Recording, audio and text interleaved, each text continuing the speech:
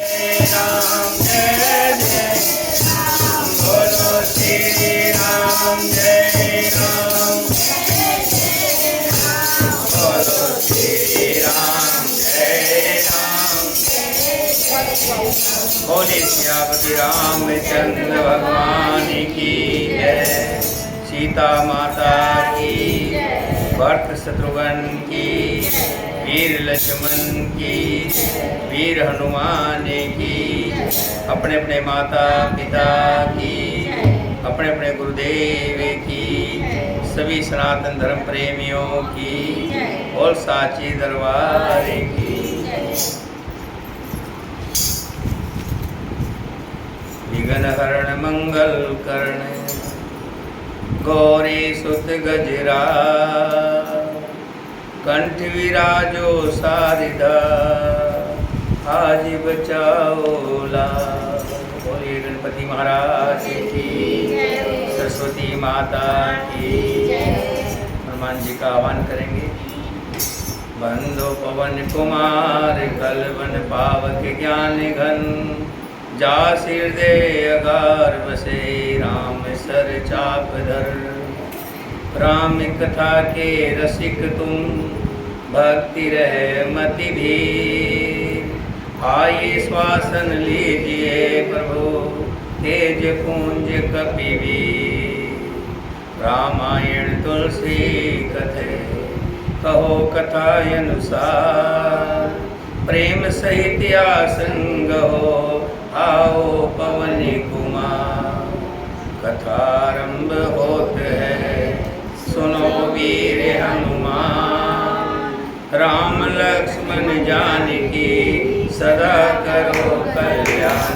सियावर जय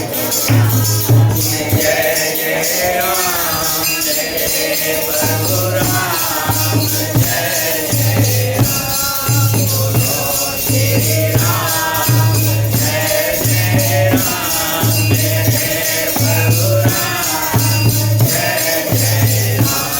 मंगल भवन मंगल हारी, करहु सुदशरथ अचर बिहारी। श्री राम जय राम, जय जय राम। बोलो श्री राम जय राम, जय जय राम। दीन दयाल नीरज संभारे, करहु नाथ मम संकट हारे। श्री राम जय राम, जय जय राम। बोलो श्री राम जय राम, जय जय राम। सीता माता जी ने गंगे माता के सामने हाथ जोड़ करके प्रार्थना की, हे गंगे मैया, तुम मुझे वरदान दो कि मैं ये 14 वर्ष की अवधि अपने पति और अपने देवर के साथ पूरी करके सकुशल वापस लौटूं। गंगा मैया छल छल करते पानी में से आवाज आती है कि हे जगत जननी, तुम्हारा नाम ही सब विपदाओं को हर लेने वाला है। तुम जगत का कल्याण करने वाली हो। ये तो मुझे प्रशंसा देने के लिए तुम मुझे बड़ाई दे रही है। चलिए, किसी भी तरीके से, किसी भी ढंग से आपने मेरे सामने विनती रखी है, तो मैं भी प्राणनाथ देवर सहित कुशल कौशला आए, मैं भी तुम्हें वरदान देती हूँ कि प्राणनाथ देवर सहित कुशल कौशल्या आए। पूजे सब मन कामना, सुजस रहे जुग छाए। तुम अपने प्राणनाथ और देवर सहित कुशल पूर्वक योद्धा लौटोगी और तुम्हारी सारी मनोकामनाएं पूर्ण होगी और तुम्हारा सुंदर यश जगत भर में छा जाएगा। गंग वचन सुन मंगल मूला, मुदित सिय सुर सरि अनुकूला। तब प्रभु गहे कहो घर जाओ, सुनत सुख मुख भाव रे दाओ। मंगल के मूल गंगा जी के वचन सुनकर और देव नदी को अनुकूल देखकर सीता जी बड़ी आनंदित हुई। तब प्रभु श्री रामचंद्र जी ने निषाद राज गुह से कहा कि हे भैया, अब तुम घर लौट जाओ। बहुत दिन हो गए तुम्हें अपना घर छोड़े हुए, हमारे साथ घूम रहे हो। ये सुनते ही गुहराज का मुख सूख गया और हृदय आग बरसाने लगा। जैसे बच्चे की माँ कहे कि तुम घर पे रह जाओ, मैं अभी लौट करके आऊँगी, तो बच्चा रोने लग जाता है। ऐसे ही जब श्री राम जी ने गुह से कहा कि अब तुम लौट जाओ, इतना सुनते ही मन मलिन हो गया गुह का, और दीन वचन से क्या कहने लगे, दीन वचन गुह कह कर जोरी, विनय सुनो रघुकुल मन मोरी। नाथ साथ रह पंथ दिखाई, कर दिन चार चरण सेविकाई। वो हाथ जोड़ करके विनती कर रहे हैं, प्रार्थना कर रहे हैं, और ऐसे वचन बोले कि हे रघुकुल श्रोमणी, मेरी विनती को सुनिए। हे नाथ, मैं आपके साथ रह करके आपको रास्ता दिखाता रहूँगा, और कुछ दिन मुझे साथ रख लीजिए, 2-4 दिन साथ रख लीजिए और चरणों की सेवा करने दीजिए। यही बन जाए रहब रघुराई, परने कुटी में करो सुहाई। और जो सही जगह देख करके जहाँ रहने का मन होगा कि मैं आपके लिए पर्ण कुटी बना करके, तब मोय कह जस देव रजाई, सोई करो रघुवीर दुहाई। तब मुझे आप जैसी आज्ञा देंगे, जैसा कहेंगे मेरे रघुवीर, आपकी दुहाई है, मैं वैसा ही करूँगा, मना नहीं करूँगा। लेकिन विनती मेरी मान लीजिए कि 2-4 दिन और मुझे अपने चरणों की सेवा करने दीजिए। सहज स्नेह राम लखतासु। श्री राम जी ने निषाद राज का स्नेह देखा, प्यार देखा, और जब स्नेह और विनती करता है व्यक्ति, तो उसमें प्रभु भी लाचार हो जाते हैं, विवश हो जाते हैं।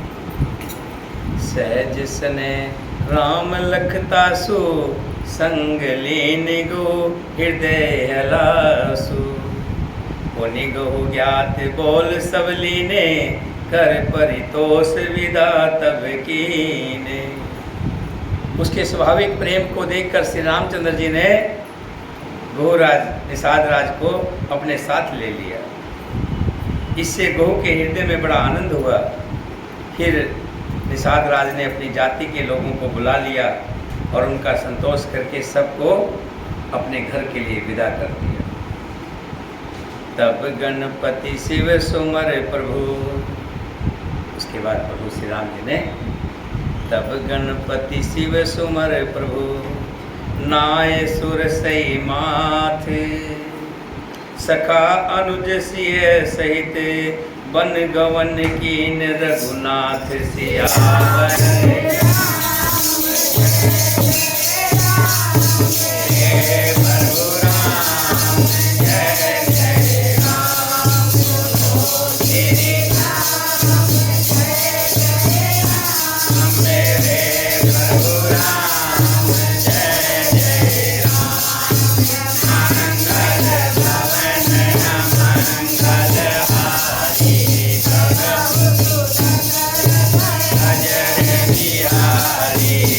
Hare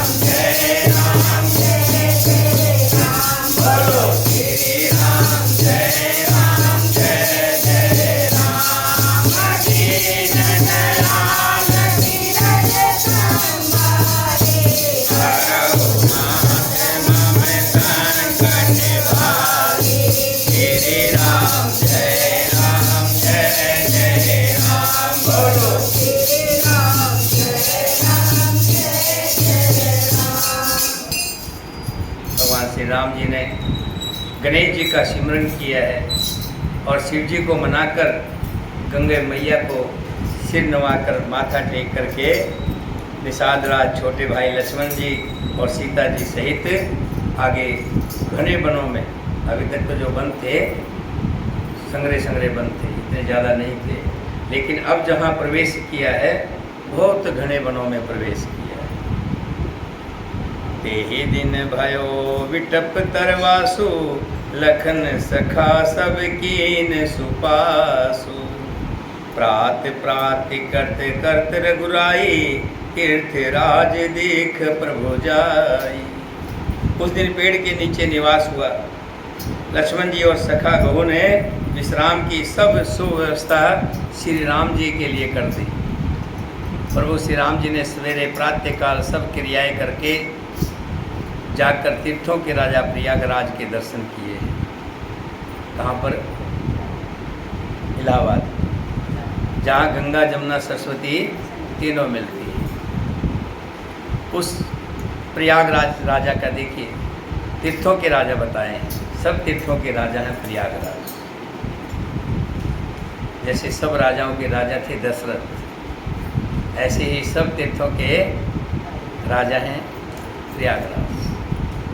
और उस राजा की मंत्री जो है वो सत्य है। सत्य जहाँ वास करता है वही मंत्री है राजा का, यानी उस तीर्थराज का, प्रयागराज का, जहाँ सत्य ही है। और प्रयागराज जब राजा है तो रानी भी तो चाहिए। तो प्रयागराज की रानी बताई है श्रद्धा, जिसके अंदर श्रद्धा है वही प्रयागराज में रहता है। जिसमें श्रद्धा नहीं है वो प्रयागराज में नहीं रुकता। और श्री वेणी माधव जी श्री के हितकारी मंत्री हैं। ऐसे ऐसे जैसे वेणी माधव बहुत बड़े ऋषि हुए हैं, ऐसे बड़े बड़े ऋषि जो हैं वहाँ चारों तरफ प्रयागराज में डेरा डाले रखते हैं, जहाँ पर चार पदार्थ बहुत पाए जाते हैं। क्या? अर्थ, धर्म, काम और मोक्ष। धर्म, जहाँ धर्म तो है ही है, जहाँ संत होंगे वहाँ धर्म होगा। काम, जहाँ संत होंगे वहाँ देवता भी होंगे, और देवता सबकी मनोकामना को पूर्ण करने वाले हैं। और मोक्ष, जहाँ संत हो और जहाँ देवता हो, और तीनों गंगा जमुना सरस्वती जहाँ मिलती हो वहाँ मोक्ष ना मिले तो फिर कहाँ मिलेगा? और काम, अर्थ, अर्थ मैंने धन। और जो प्रयागराज में स्नान कर लिया जिसने, उसके कभी अर्थ की कमी नहीं रहती, धन की कमी नहीं रहती। धर्म, अर्थ, काम और मोक्ष से भंडार भरा है। जैसे राजा का भंडार होता है जिसमें जेवर होते हैं, मणि, सोना, चांदी, इसी तरह से प्रयागराज के बारे में बताया है। और ये पुण्य में प्रांत ही उस राजा का सुंदर देश है प्रयागराज। प्रयाग क्षेत्र ही दुर्गम, मजबूत और सुंदर गढ़ किला है, जिसको सपन में भी पाप रूपी शत्रु नहीं पा सकते। पापी तो वहाँ रुक ही नहीं सकते, पाप तो वहाँ है ही नहीं। गंगा, जमुना और सरस्वती का संगम ही अत्यंत सुशोभित सिंहासन है। अक्षयवट छत्र है और मुनियों के भी मन को मोहित कर लेता है। जमुना जी और गंगा जी की तरंगे उसके श्याम और श्वेत चवर हैं। गंगा जी का पानी जो है निर्मल साफ है एकदम से, और जमुना जी का पानी श्याम रंग का है। कहीं भी देखना, जहाँ भी गंगा जमुना गई है, चाहे दिल्ली से गुजर के गई है, चाहे यूपी से, चाहे आगे गई, जहाँ भी गई है, तो जमुना जी का जल जो है श्याम रंग का है, थोड़ा सा काला पन। सेव सुकृत साध सुचि, पावे सब मन काम। बंदी वेद पुराण गण, कह बिमल गुण गाम सियावे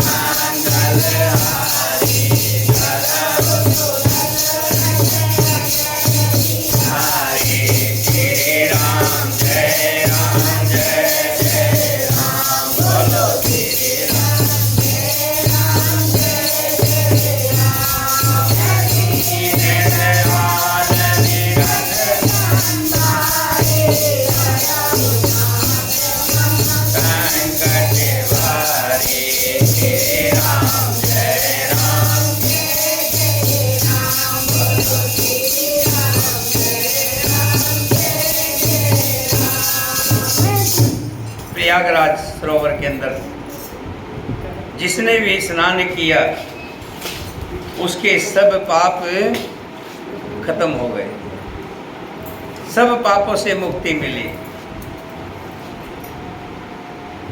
ऐसे प्रयागराज का महात्म कौन कह सकता है। ऐसे सुहाने तीर्थराज का दर्शन करके सुख के समुंदर रघुकुल श्रेष्ठ श्री राम जी ने अति सुख पाया। कह सिय लखन सखे सुनाई, श्री मुख तीर्थ राज बढ़ियाई। कर प्रणाम देखत बन बागा, कहत महात्म अति अनुरागा। उन्होंने अपने श्रीमुख से श्री राम जी ने सीता जी, लक्ष्मण जी और सखा गुह को तीर्थराज की महिमा कह करके सुनाई। उसके पश्चात प्रणाम करके वन और बगीचों को देखते हुए और बड़े प्रेम से महात्म कहते हुए, एहि विद्याय विलोके ही बैनी, सुमरत सकल सुमंगल देनी। इस प्रकार श्री राम जी ने आकर त्रिवेणी का दर्शन किया है। और वो त्रिवेणी जिनका स्मरण करने से सब सुंदर मंगलों की देने वाली है और सब सुमंगल हो जाते हैं। फिर आनंद पूर्वक त्रिवेणी में स्नान करके शिव जी की सेवा पूजा की और विधि पूर्वक तीर्थ देवताओं का पूजन किया। त्रिवेणी के अंदर स्नान पूजन आदि सब करके तब प्रभु श्री राम जी पास में ही एक आश्रम सामने दिखाई दिया। वो आश्रम किसका है? हाँ, प्रयागराज में कौन से महात्मा कौन से मुनि का आश्रम है? मैं बार बार आपको यही कहता हूँ, कथा सुनने का लाभ तभी है जब उसको चित्त में रोकें। चिकना घड़ा होता है, उस पर पानी डालो बह जाता है, कितना पानी डालो, आपको चिकना घड़ा नहीं बनना है। लाभ तभी है जब कोई दवा डॉक्टर ने लिख के दी तो उसका सेवन करें, अपने अंदर उतारे, घट के अंदर कानों द्वारा सुन करके अपने हृदय में उतार दें। प्रयागराज में तब प्रभु श्री राम जी भारद्वाज जी के पास आए। कौन से मुनि के पास? भारद्वाज। उन्हें दंडवत करते हुए ही श्री मुनि ने उनको हृदय से लगा लिया। ये मुनि तो जानते थे। देखिए, ये ध्यान रखिएगा, जितने संत होते हैं वो अंतर्यामी होते हैं, प्रभु के प्रेमी होते हैं, प्रभु के साथ सीधा रिश्ता बना होता है, संपर्क होता है। वो जानते हैं बहुत बार हम बहुत सी चीज़ों को छुपा जाते हैं, लेकिन प्रभु अंतर्यामी है। ऐसे ही संत भी सब जाने जाते हैं। इतनी तपस्या करने का फल क्या हुआ अगर वो जाने जात ना हो। भारद्वाज मुनि ने जब श्री राम जी दंडवत कर रहे थे, दंडवत नहीं करने दिया, पैर नहीं छूने दिए, तो जानते भले ये नर लीला कर रहे हैं, लेकिन है तो सतदानंद श्री भगवान विष्णु का अवतार है। सत्यनारायण श्री हरि है, परमात्मा है, स्वयं आए हैं नरलीला में, उनको अपने आलिंगन में ले लिया है।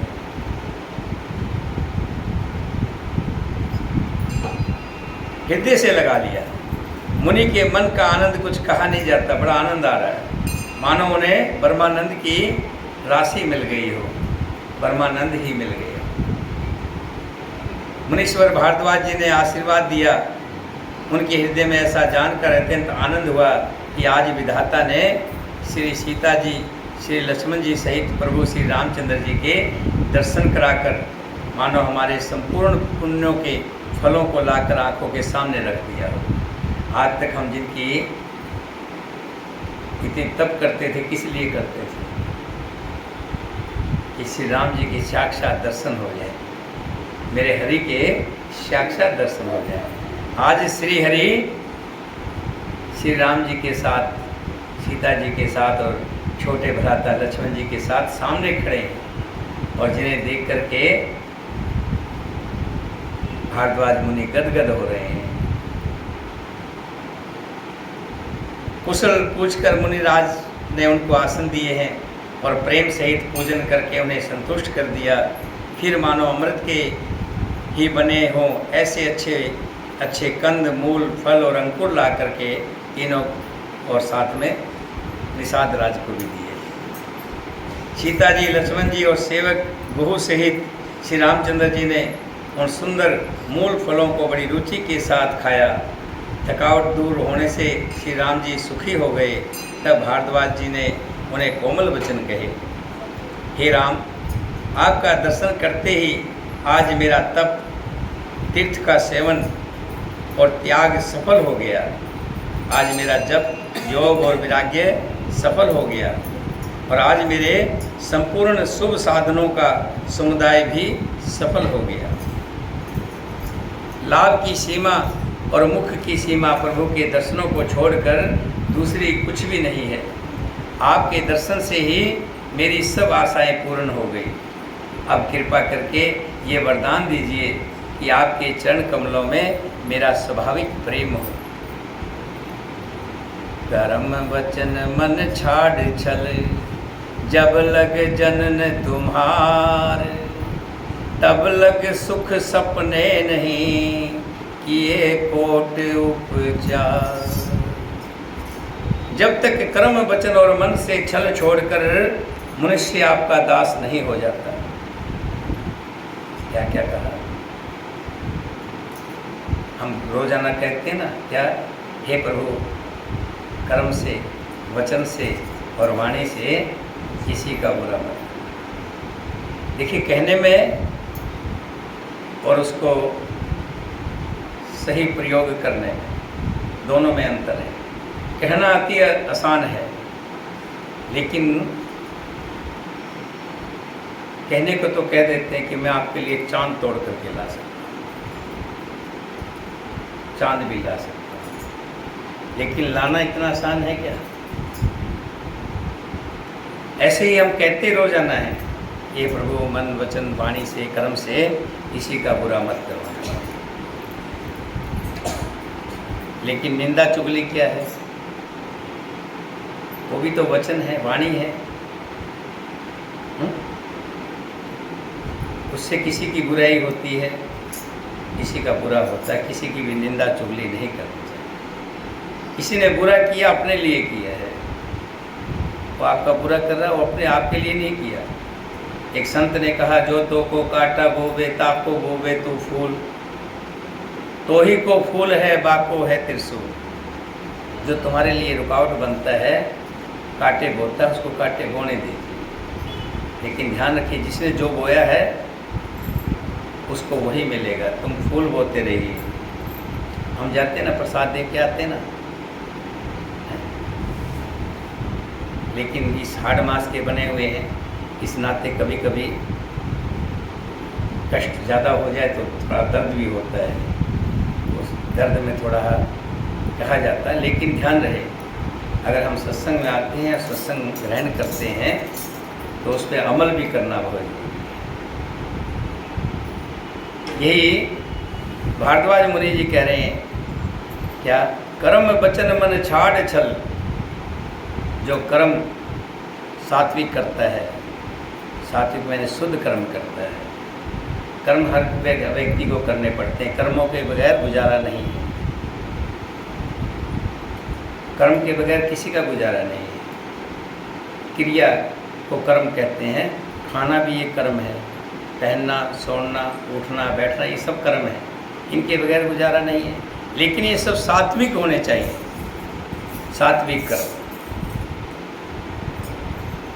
और वचन शुद्ध और पवित्र हो, जिनमें किसी तरह का राग ना हो और मन में छल ना हो। ये सब छोड़ करके मनुष्य जब आपका दास हो जाता है तो प्रभु उसको और किसी चीज़ की जरूरत नहीं रहती। अभी केवट ने क्या कहा था, प्रभु मैंने बहुत मजदूरी की, लेकिन प्रभु जो मजदूरी मुझे आज मिली है आपके दर्शनों की मजदूरी। मैंने आपके दर्शन करके ऐसा लगता है, आपके पांव पखार करके अब मुझे कोई अभिलाषा नहीं रही, अब आगे कोई आशा वो अभिलाषा नहीं है, सब कुछ पा लिया है, संपूर्ण हो गया हूँ मैं। ऐसे ही भारद्वाज मुनि कह रहे हैं, जो कर्म वचन और मन छल छोड़कर आपकी सेवा में जुट जाता है, उसे सपने में भी कभी दुख नहीं आता। हाँ, इतना जरूर है, द्रौपदी कृष्ण भगवान को मानती थी, लेकिन जब 12 साल का वनवास हुआ, 13वें साल का अज्ञातवास हुआ, ये 12 साल तक वन में रहेंगे और आखिरी के 1 साल में अज्ञातवास में रहेंगे। कोई कहने वाला कहता है कि तब कृष्ण भगवान कहाँ थे? हैं? कहते हैं, आप तो कहते हो प्रभु आप भक्तों के संकट को हर लेता है, लेकिन उस समय कृष्ण भगवान कहाँ थे? उनके 12 साल के वनवास को क्यों नहीं हर लिया? लेकिन कृष्ण भगवान ने एक जगह और कहा है कि अपने कर्मों के फल तो हमें अवश्य भुगतने पड़ेंगे। विषम पितामह त्रिशूल के सेज पर ना सोए होते, वो क्या उनके पिछले जन्मों के कर्म ही तो थे। हाँ, ये है कि प्रभु के नाम लेने से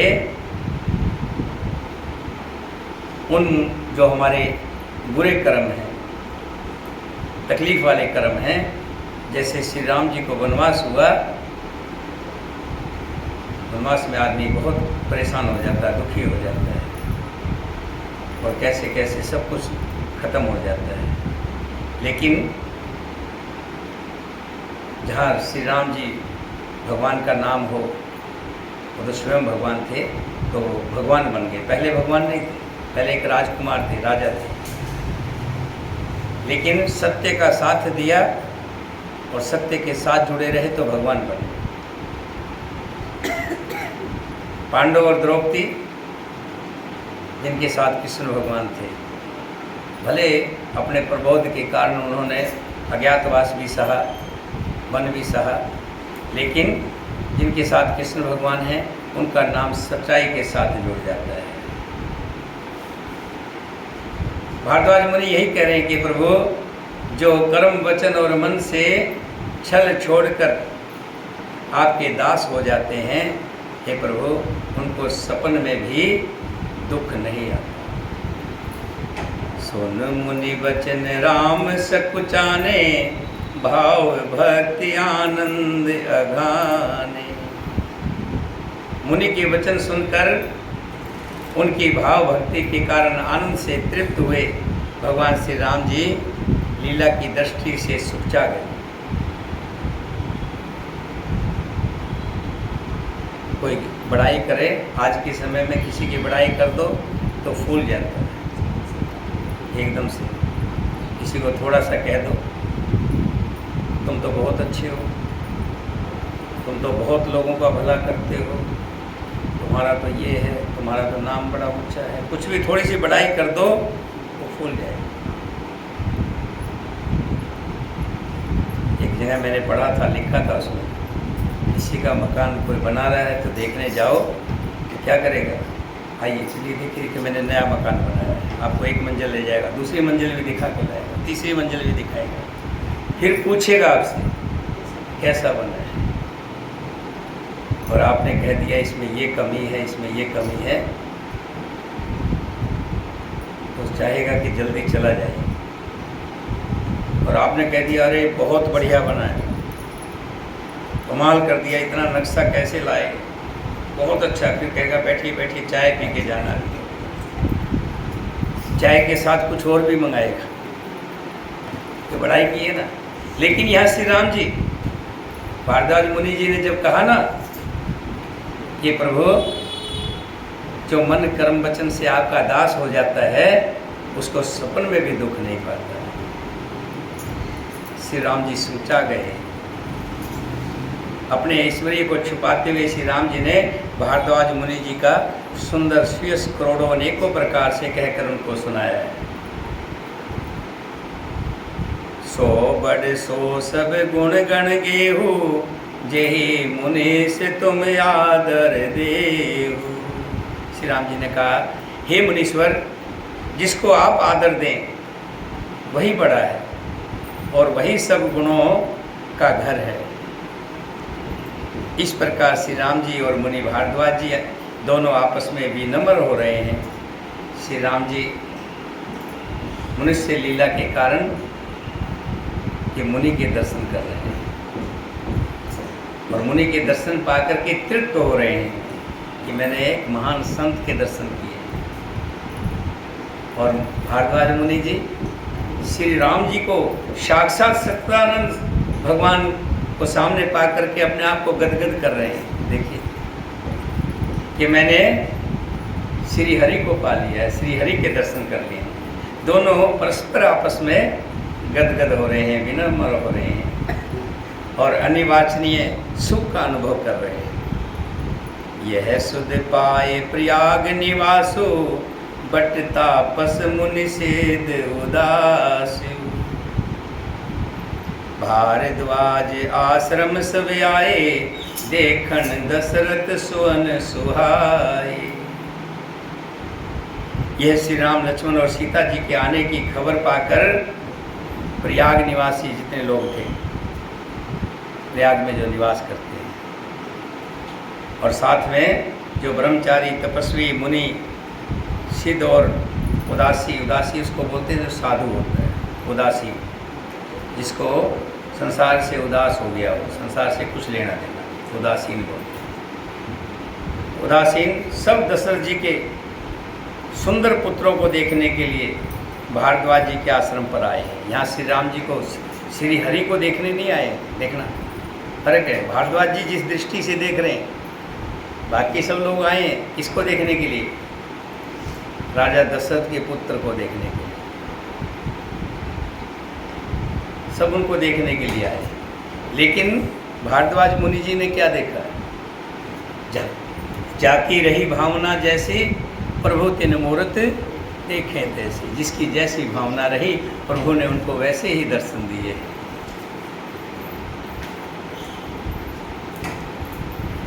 राम प्रणाम कीन सब काहो, मुदित भय लह लोयन लाहो।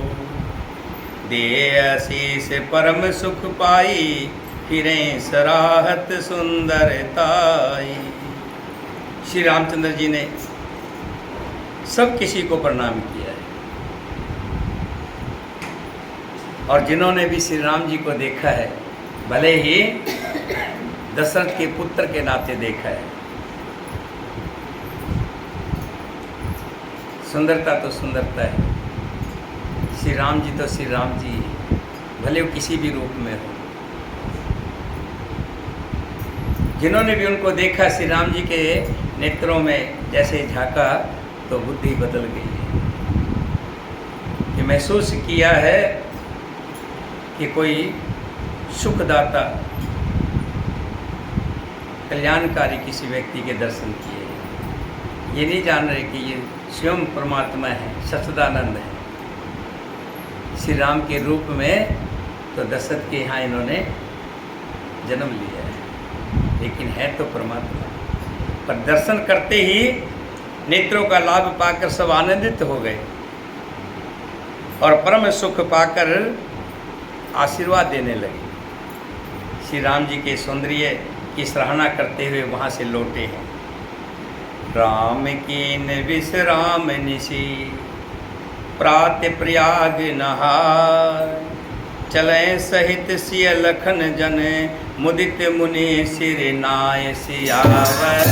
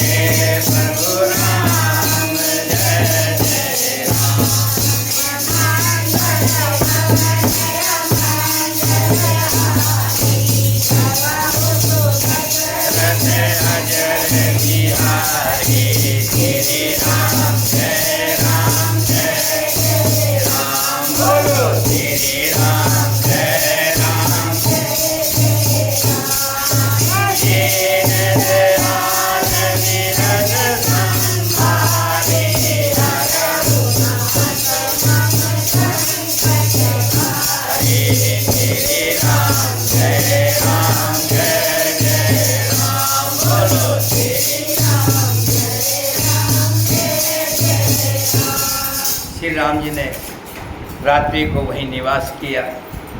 प्रातःकाल प्रयागराज में स्नान करके और प्रसन्नता के साथ मुनि को सिर नवाकर श्री सीता जी, लक्ष्मण जी और सेवक गुरु के साथ चलने लगे हैं। चलते समय बड़े प्रेम से श्री राम जी ने मुनि से कहा, मुनि कौन? भारद्वाज। बार बार मैं पूछता रहूँगा आपसे, ताकि जब तक आप इसको याद ना कर लें, हृदय में ना उतार लें, बसा लें, हृदय में बसा लें। श्री राम जी की एक एक बात जो है हृदय में बसा लें, रसिका बन जाए। मुनि से कहा, हे नाथ, कृपा करके बताइए हम किस मार्ग से जाएं, वो रास्ता बताइए। भारद्वाज मुनि जी हंस रहे, ये सबको रास्ता दिखाने वाले हैं आप, सच्चिदानंद श्री हरि, सबका मार्गदर्शन करने वाले, सबको रास्ता दिखाने वाले, और लीला के तहत मुझसे पूछ रहे हैं। फिर भारद्वाज मुनि ने कहा हंस करके, श्री राम जी आप मुझसे पूछ रहे हैं, आपके लिए सभी रास्ते सुगम हैं, आप जिस रास्ते से जाएंगे वही रास्ता आपके लिए सुगम हो जाएगा। फिर भी आपकी संतुष्टि के लिए मैं फिर उनके साथ के लिए मुनि ने शिष्यों को बुलाया। साथ जाने की बात सुनते ही शिष्य बड़े हर्षित हो गए।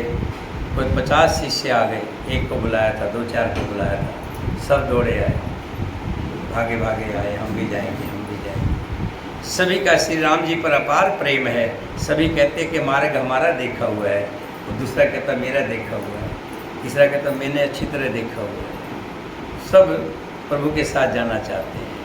तब मुनि ने चुन करके 4 ब्रह्मचारियों को साथ कर दिया, जिन्होंने बहुत जन्मों तक अच्छे पुण्य किए होंगे, जो श्री राम जी के साथ जा रहे हैं।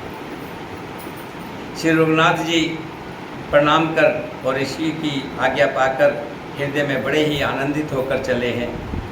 जब वे किसी गांव के पास होकर निकलते हैं, तब स्त्री पुरुष दौड़कर उनके रूप को देखने लगते हैं और देख करके ऐसा महसूस करते हैं कि जैसे जन्मों का फल पा लिया हो, जैसे सदा के अनाथ को सनाथ हो गए हों, और मन को नाथ के साथ भेजकर शरीर से साथ ना रहने के कारण दुखी होकर लौट आते हैं। मन श्री राम जी के साथ ही जा रहा है।